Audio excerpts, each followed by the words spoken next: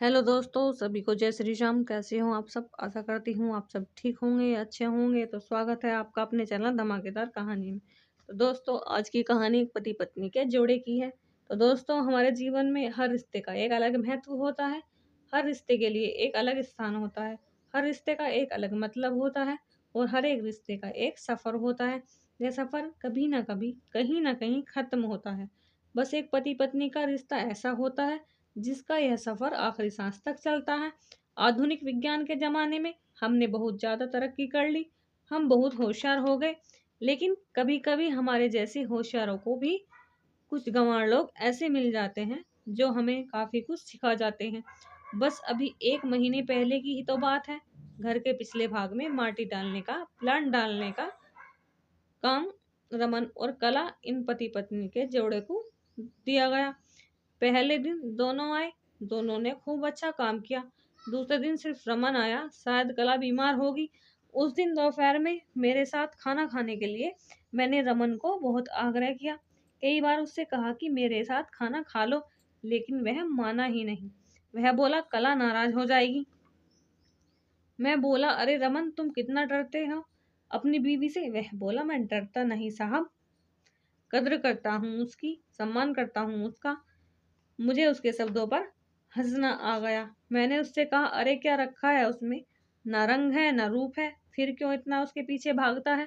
वह बोला कोई फर्क नहीं पड़ता साहब, रंग हो या ना हो, रूप हो या ना हो, लेकिन फिर भी वह मुझे जग में सबसे प्यारी है। वह बोला तो जोरू का गुलाम लगता है।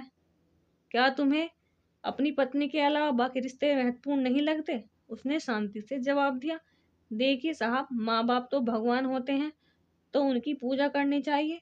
भाई बहन का रिश्ता जन्मजात का होता है, और रिश्ते दोस्तों और नातों का सिर्फ काम और मतलब का है, और बाकी सारे संबंधी मतलब के लिए होते हैं।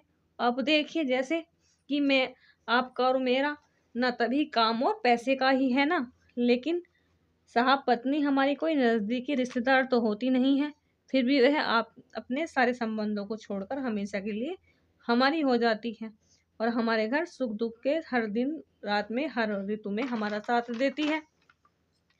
आप मानो या ना मानो, पत्नी सिर्फ एक रिश्ता नहीं है, वो कई रिश्तों का भंडार है।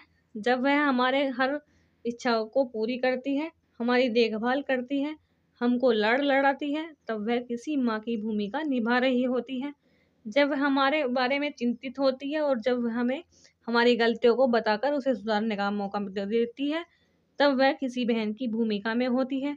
जब वह हमें अपनी नई इच्छाएं बताती है, हमसे किसी चीज की मांग करती है, नखरे करती है, रूठती है, जिद करती है, तब वह किसी बेटी जैसी होती है। जब वह हमें कुछ नया सिखाती है, हमसे झगड़ती है, तब वह किसी दोस्त की तरह होती है। जब वह हमारे घर की और हमारे रिश्तेदारों की सबकी जिम्मेदारी अपने सिर पर उठाती है, तब वह मालकिन होती है।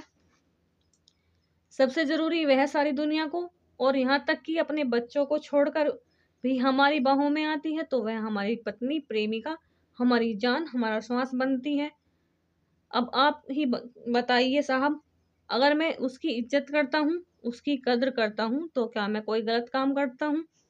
और वैसे भी पत्नी सिर्फ अपने पति के लिए अपना घर छोड़कर अनजाने घर आती है, और बाकी के रिश्ते तो परिस्थिति से हिसाब से निभा जाती है।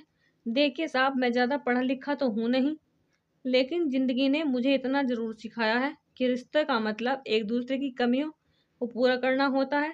नहीं तो अगर आप बिना कमियों वाले किसी इंसान को ढूंढने बैठोगे तो जिंदगी भर अकेले रह जाओगे। देखिए साहब, बीवी अगर धरती बनकर इतना बोझ उठा सकती है, अपनी तपस्या की अग्नि में तप सकती है, तो पति को भी शांत और उतना ही बड़ा विशाल आसमान की तरह बनना पड़ेगा, जो उसे समय समय पर प्यार की बारिश में भिगोता रहे। ठीक है साहब, बहुत देर हो गई, मैं जाता हूँ, कहकर रमन वहां से जाने लगा, और मैं उसके पीछे से जाते हुए उसे देखता रह गया।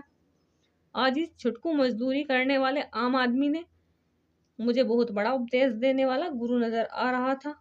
उसकी वो बात कि पत्नी कैसी भी हो, उसको मन देना चाहिए, उसकी इज्जत करना चाहिए, देखभाल करना हर विवाहित पुरुष का प्रथम कर्तव्य है, और ये गुरु ज्ञान मुझे जीवन भर याद रहेगा। तो दोस्तों आपकी आज की कहानी आपको कैसी लगी? अगर अच्छी लगी हो तो दोस्तों के साथ शेयर करें, कमेंट करें, चैनल को सब्सक्राइब करें। तो मिलते हैं एक और ऐसी वीडियो के साथ, जब तक के लिए जय श्री राम।